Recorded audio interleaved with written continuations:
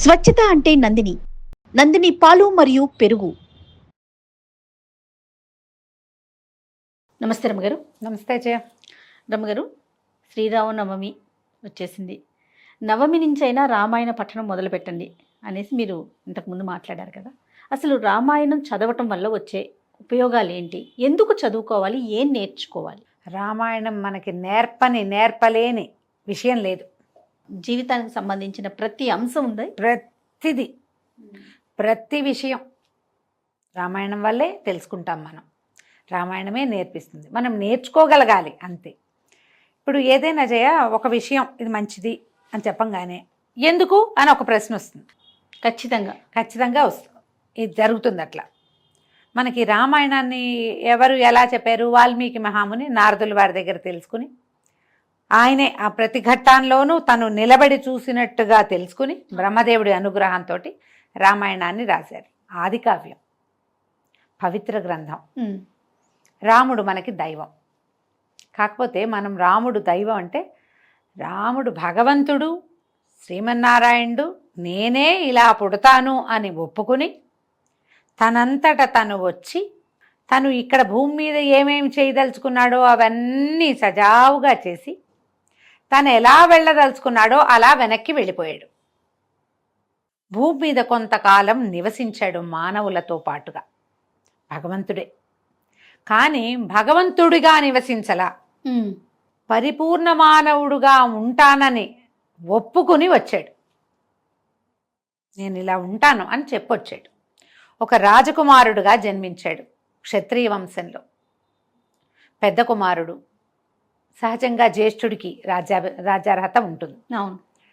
రామాయణం ప్రకారము దశరథుల వారి మూడో భార్య అయిన కైకేయిని వివాహం చేసుకునేటప్పుడు ఆమె కుమారుడికి పట్టం కడతామని అన్నారని కూడా ఒక వాదన వినపడుతుంది. లెక్క ప్రకారం జ్యేష్ఠుడైన రాముడికి అవకాశం లేదని ఈయన ఆవిడికి చెప్పారు. మాట ఈయనని కాదు, ఆ వివాహ సమయంలో ఆవిడ తండ్రి ఈయనకి సంతానం లేదు, ఒకవేళ మా అమ్మాయికి సంతానం పడితే అతన్ని రాజు చేయాలి అన్న ఒక పాయింట్ ఏదైనా వచ్చి ఉండొచ్చు. రామాయణంలో మనకి విచితంగా పెద్దగా కనపడదు. కానీ దశరథ మహారాజే దాని ముందు వెనకలుగా మాట్లాడుకునే చాలా మాటల్లో బహుశా ఇలా ఏదైనా వచ్చిందేమో, ఉండుండవచ్చు. అది మనకి రామాయణంలో కనపడదు. రామాయణంలో ఈవిడ కైకాదేవి తనకిచ్చిన వరాలు అడిగింది కానీ, అవును నా కొడుకుని రాజుని చేస్తానని మా నాన్నకి మాట ఇచ్చావు, నా కొడుకుని అలా అనలా. అది ఎక్కడ వినలేదు మనం. అక్కడ కనపడదు అట్లా. ఆవిడ నువ్వు నాకు 2 వరాలు ఇచ్చావు, ఒకటి రాముడిని అడవులకు పంపించు, రెండోది భరతుడిని రాజుని చెయ్యండి. మరి భరతుడికే రాజ్యం వచ్చే అవకాశం నిజంగా ఆవిడ పెళ్లినాడే మాట్లాడుకుని ఉంటుంటే ఆవిడ అదే తీసుకురావాలి రంగంలోకి. ఆవిడ అది తేలేదంటే అది లేదేమో, ఒకవేళ తెలీదు మనకి. ఇలా ఒప్పుకున్నప్పుడు ఈయన రాజకుమారుడుగా జన్మించి తండ్రి మాట వినటమే తన ప్రథమ కర్తవ్యంగా ఉన్నాడు ఆయన. అంటే ప్రతి మానవుడు కూడా తండ్రి మాట విని తీరాలని చెప్తుంది రామాయణం. తండ్రిని గౌరవించి తీరాలి. మనకి శాస్త్రం చెప్తుంది ఆత్మావై పుత్రనామాసి అని. ప్రతివాడు, ప్రతి వ్యక్తి తననే తన కుమారుడుగా పొందుతాడు. కుమారుడు తండ్రి యొక్క రూపం అంతే.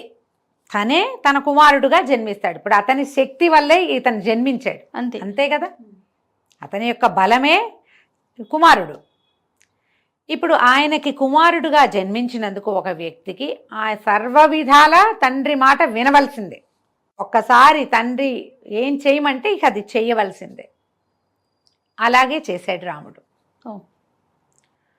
ముందు రోజు ప్రకటించారు, కళ్యాణం అన్నారు, అది పట్టాభిషేకం అన్నారు. ప్రజలంతా ఏకీభవించారు. అసలు ముందు వెనక లేదు, రాముడే మాకు రాజు అన్నారు. చీకటి పడేసరికి కథ అంతా మారిపోయింది. తెల్లవారి పట్టాభిషేకం చేయవలసింది, తెల్లవారి ఊరెళ్ళిపోవడానికి వనవాసానికి ఏర్పాటైపోయింది. ఇంకో కుమారుడైతే ఊరుకుంటాడా? ఒప్పుకుంటారా? తిరగబడ్రా? పోనీ ఆయన భార్య, ఆడవాళ్ళు ఊరుకుంటారా? నేను అది నా భర్తను రాజన్నారు, ఇవాళ అడవికి ఎట్లా పంపిస్తాము అని పోట్లాడరు. ఎన్ని రకాలు రావచ్చు. అవును, మామగారులు ఒప్పుకుంటారా? ఆయన తండ్రి నిర్ణయం, తండ్రి ఏది చెబితే అది వినటం కుమారుడి నిర్ణయం అయినప్పుడు మూడో వ్యక్తి అందులో పాలు పంచుకోకూడదు, దాంట్లో ఉండకూడదు అని చెప్తుంది రామాయణం. తల్లి చాలా దుఃఖపడింది. ఇప్పుడు కైక మాట విని నువ్వు నా కొడుకుని ఎట్లా పంపిస్తావని కౌసల్యాదేవి పరిగెత్తుకుంటూ వెళ్ళి భర్తను తోలనాడి ఏం చేయలేదు, దుఃఖపడింది. కానీ తన బిడ్డ అడవి పాలవుతున్నాడని దుఃఖపడింది కానీ ఆమె తోలనాడలేదు, పంపించారు. అక్కడి నుంచి చూడు, ఇప్పుడు వీళ్ళు సొంత అన్నదమ్ములు కాదు, రాముడు లక్ష్మణుడు. మనం ఇద్దరు అన్నదమ్ములు రామలక్ష్మణులు రా వాళ్ళు అంటాం. రాముడు లక్ష్మణుడు ఒక తల్లికి పుట్టిన పిల్లలు కాదు. అవును, మానవులు ఒక తల్లికి పుట్టకపోతే ఒక పేగు వెరిసైతే వెరిసే, అంతే. అదే కదా మనం చెప్పుకుంటాం. అన్నదమ్ముల పిల్లలైనా అక్క చెల్లెళ్ళ పిల్లలైనా ఎంత పంచప్రాణాలుగా ఉన్నా సరే ఒక సమయంలో ఈ పేగు తేడా కనపడిపోతుంది. కానీ వీళ్ళిద్దరికీ పేగులు తేడానే, కానీ వాళ్ళిద్దరు ఒకే మాట మీద ఉన్నారు. ఆయన ఎక్కడికి వెళ్తే ఈయన అక్కడికి వెళ్ళిపోయాడు, వెనకాల పడి. అన్నదమ్ములు అంటే రామలక్ష్మణులే. ఇంకొక పోలిక ఉందా అసలు? ఎక్కడ ఎప్పుడు చెప్పుకోం మనం. అన్నదమ్ములు బాగున్నారు అంటే రామలక్ష్మణుడు. కవల పిల్లలు పుట్టినా రాముడు లక్ష్మణుడు అని పేర్లు పెట్టుకుంటారు. అవును కదా, ఎవరు లక్ష్మణుడు శత్రుఘ్నుడు పేర్లు పెట్టుకున్న కవల పిల్లలు కనపడరు మనకి. రామలక్ష్మణుడు అంత ప్రభావవంతమైన మానవ జన్మ తీసుకున్నాడు భగవంతుడు. అది రామాయణం ప్రతిపాదించింది, రామాయణం చూపించింది. అందుకు రామాయణం చదువుకోవాలి. భర్త వెనకాల భార్య బయలుదేరింది. అప్పటిదాకా జనకుడి ఇంట్లో ఆవిడ అపురూపంగా పెరిగింది. ఇక్కడికి వచ్చాక ఇక్కడ కూడా పెద్ద కోడలు అవటంతో ఇక్కడ అపురూపంగానే చూశారు. అడవిలో నువ్వు ఏమీ లేకపోయినా పర్వాలేదు, నువ్వు ఎక్కడుంటే అదే నాకు అయోధ్య, అదే నాకు స్వర్గం అని ఆయన వెనకాల వెళ్ళింది. ఆమె ఎట్లా భర్తని అనుసరించాలో రామాయణం చదివి తెలుసుకోవాలి మనం.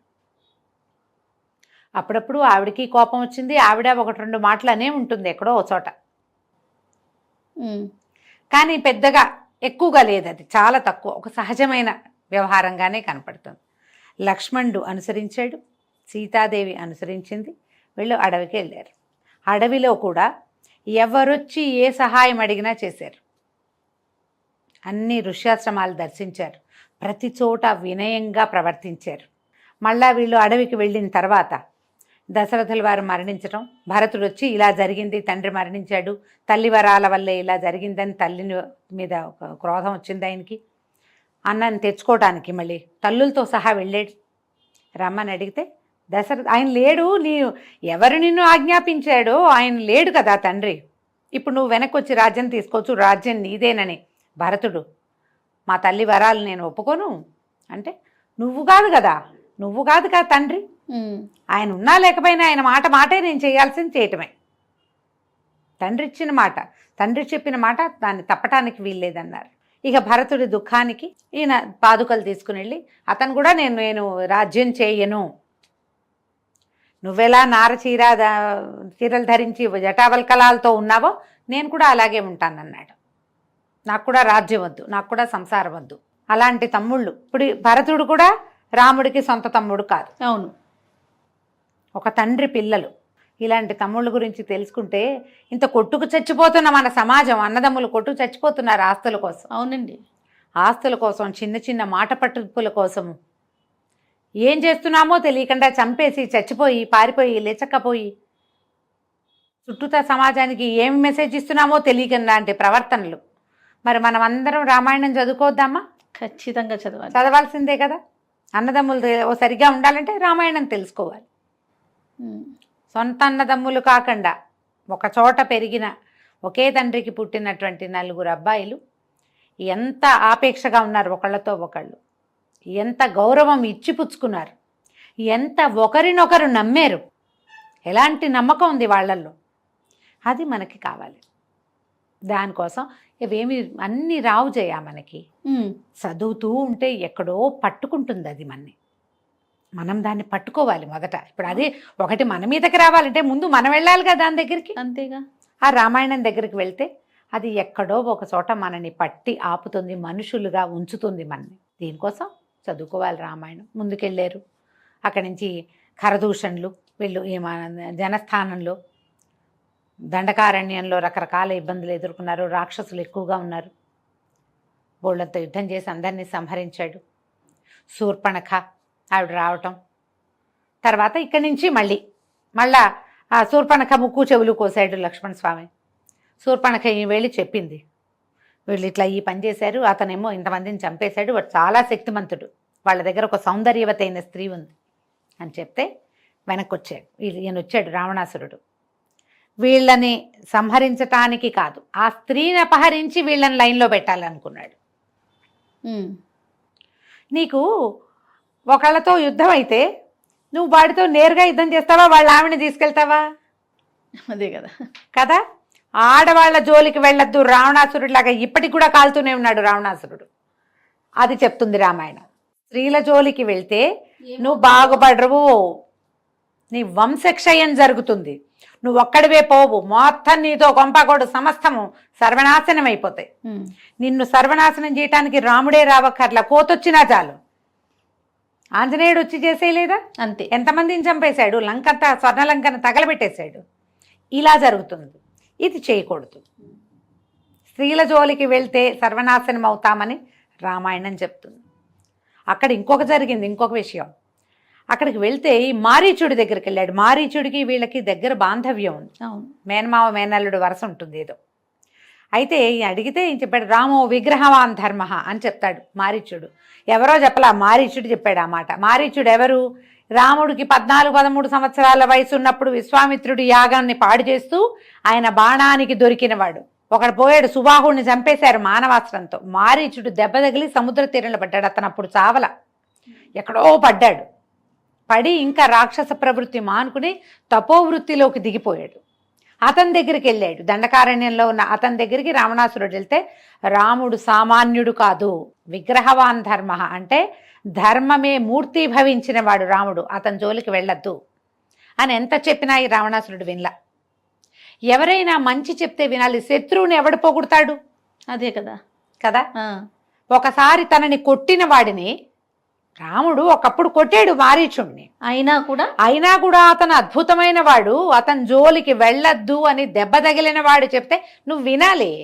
వినలా రావణాసురుడు. చివరికి ఏమయ్యాడు? పోయాడు. సర్వనాశనం, సమస్తము పోయింది కదా, అంతా పోయింది. వాళ్ళ కర్మానుభవాలను బట్టి జరుగుతాయి. ఏది వినాలి అనేది చెప్తుంది రామాయణం. వినాలి. వినకపోవటంతో రావణాసురుడు ఏం చేశాడు, సీతాదేవిని తీసుకెళ్ళాడు. భార్య చెప్పింది ఆయనకి, ఈ అమ్మాయిని తీసుకోవద్దు, ఇవాడు వద్దు మనకి అని. మొదటే కాదు, ఈ అమ్మాయిని ఈ సీతని వెనక్కి పంపించేసేయి అని మొదట చెప్పింది. ఆంజనేయుడు వచ్చాక చెప్పింది. యుద్ధం అప్పుడు చెప్పింది. ఇప్పుడైనా సరే నువ్వు రాముడికి అప్పచెప్పేసేయి అని. అయినా వినలా. భార్య మాట వినండి అని చెప్తుంది రామాయణం. వినకపోతే ఇలా అవుతామని. అన్నదమ్ముల మాట వినండి. ధర్మం చెప్తే తమ్ముడు వినాల్సింది. మన తమ్ముడైనా వాడు నీకు నచ్చనిదైనా ధర్మం ఎవరు చెప్పినా వినాలి. చెప్పాడు ఆయన విభీషణుడు, రావణాసురుడు వినలేదు. ఇలా మనం ప్రతి ఘట్టంలో ఇంచి ఒక్కొక్క పాయింట్ చొప్పున తీసుకోవచ్చు. ఇందుకు రామాయణం చదవాలి. దేశకాలమాన పరిస్థితులు వేరు చేయాలి. రామాయణం మనకి 2 యుగాల ముందుది. రామాయణం తర్వాత వచ్చినటువంటి మహాభారత గాథలు, అందులో శ్రీకృష్ణ పరమాత్మ రాముడి తర్వాత అవతారంగా భగవంతుడు ఎత్తిన లీలామానుష విగ్రహుడు అయినటువంటి శ్రీకృష్ణుని అవతారం వల్ల మనం ఏం తెలుసుకున్నాము?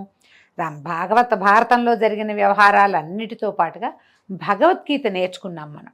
అంత లీలామానుష విగ్రహుడు, కొంటెవాడు, అల్లరివాడు, దొంగవాడు, అన్ని రకాల వాడులుగాను ఉన్న కృష్ణుడు మనకి బతుకంటే ఏమిటో చెప్పెళ్ళాడు. అవును, మనం దాని మీదే ఉంటాం. భగవద్గీతే మన జీవిత పాఠం. దాని ముందున్న రామాయణము మన జీవితానికి ఒక ఆలంబన, ఒక దిక్సూచి. అది పైన రాసిన రాత. దాన్ని చూసి రాసుకోవాలి, మనం నేర్చుకోవాలి. ఆ నేర్చుకోవడానికి మనం రామాయణం చదవాలి. ఆ కాలం నాటి పద్ధతులు, విధానాలు కొంత అప్పటికి ఇప్పటికీ మారింది ప్రపంచం. బేసిక్ థింగ్ ఒకటి ఉంది, మనుషులుగా జీవించటం, ధర్మాన్ని పట్టుకోవటం, తను నమ్మిన ధర్మాన్ని విడవకుండా ఉండటం. ఇవి బేసిక్ పాయింట్స్. మిగిలినవంటావా ఆ కాలం నాటి రాచరికపు పద్ధతులు వేరు, విధానాలు వేరు, స్త్రీ పురుషుల వ్యవహారాలు వేరు ఉంటాయి. అవన్నీ రకరకాలు. మహాభారతంలో కూడా అలాగే ఉన్నాయి కదా. మహాభారతంలో దేవర న్యాయాలు అవి ఇవి రకరకాల గాథలు ఉన్నాయి. అలాగే కదా మరి ఇప్పుడు వీళ్ళు పాండవుల పుట్టుకలు కానీ, పాండవుల ముందు ధృతరాష్ట్రుడు, పాండురాజు వాళ్ళ పుట్టుకలు కానీ అవన్నీ తీసుకోమని కాదు, బేసిక్ రూల్స్ తీసుకోవాలి. మనకి రామాయణం నాటి పద్ధతులు వేరు, భారతం నాటి పద్ధతులే వేరు. ఆ రెండిట్లలో ఒక రకమైన ధర్మం చర్చకి రాలా, డిఫరెన్స్ ఉంది. తరం యుగం మారటం వల్ల. అప్పటికి ఇప్పటికీ యుగం మారింది కాబట్టి ఇప్పుడు ఇంకా డిఫరెన్స్ ఉంది. ఎక్కడా రామాయణంలో ఆయన తనని తాను భగవంతుడిగా చూపించుకోలే. భగవంతుడిగా రామాయణం రాముణ్ణి ప్రతిపాదించదు, రాముణ్ణి పరిపూర్ణ మానవుడిగా చూపిస్తుంది అంతే. మనం ఒక పరిపూర్ణ మానవుడైనటువంటి భగవంతుని అవతారమైన రామచంద్ర ప్రభువుని జ్ఞాపకం చేసుకోవాలి. ఆయనలాగా జీవించటానికి మనకి శక్తి కావాలని ఆయననే ప్రార్థించాలి. ఉండగలిగాడు ఆయన. టఫ్ కదా అది, మరి చాలా కష్టం. ఆ కష్టసాధ్యమైన దాన్ని ఆయన ఏ దిటవుతోటి ఏ సమర్థతతోటి నిలబెట్టుకున్నాడో ఆ సమర్థత కోసం మనం ఆయన్ని ప్రార్థించాలి, పూజించాలి, తలుచుకోవాలి. పైగా ఇప్పుడు ఈ రామ శబ్దం ఇది పరమేశ్వరుడు ప్రతిపాదించిన శబ్దం. రామ అంటే చాలు, ఆ శబ్దమే మనని కడతేరుస్తుంది.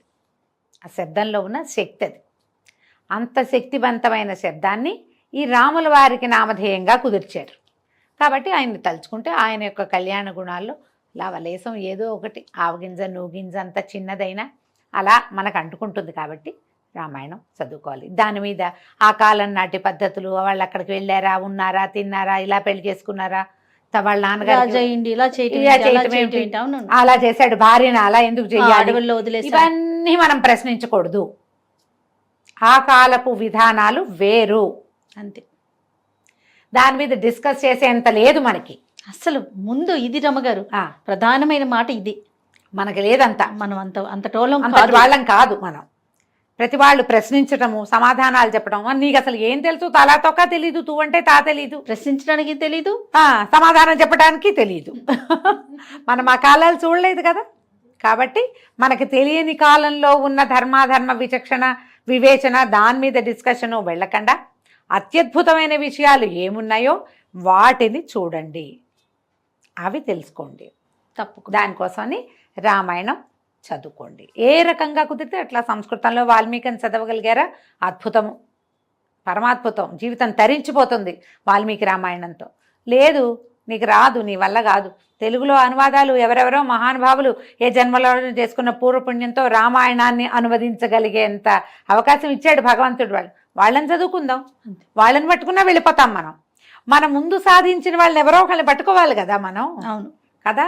వాల్మీకిని పట్టుకోలేకపోతే అనువాదకులను పట్టుకుందాం. వాళ్ళని పట్టుకునేనా మనం ఆ దారిలోకి వెళ్తాం. సంస్కృతంలో అయినా రామశబ్దమే, తెలుగులో అయినా రామశబ్దమే, రామనామమే మనని భవతారక మంత్రం, ఈ సంసారం నుంచి మనని బయటికి తీసుకెళ్తుంది, మనకు ఒక సరైన దారి చూపిస్తుంది. దానికోసమని ఎల్లవేళలా ఈ పండగ పరదినం ఈ పరదినం అని లేకుండా ఏటెళ్ళ కాలము రామాయణాన్ని పఠించండి, తలుచుకోండి. తప్పకుండా రమ్మగారు. జై శ్రీరామ్. జై శ్రీరామ్. జై.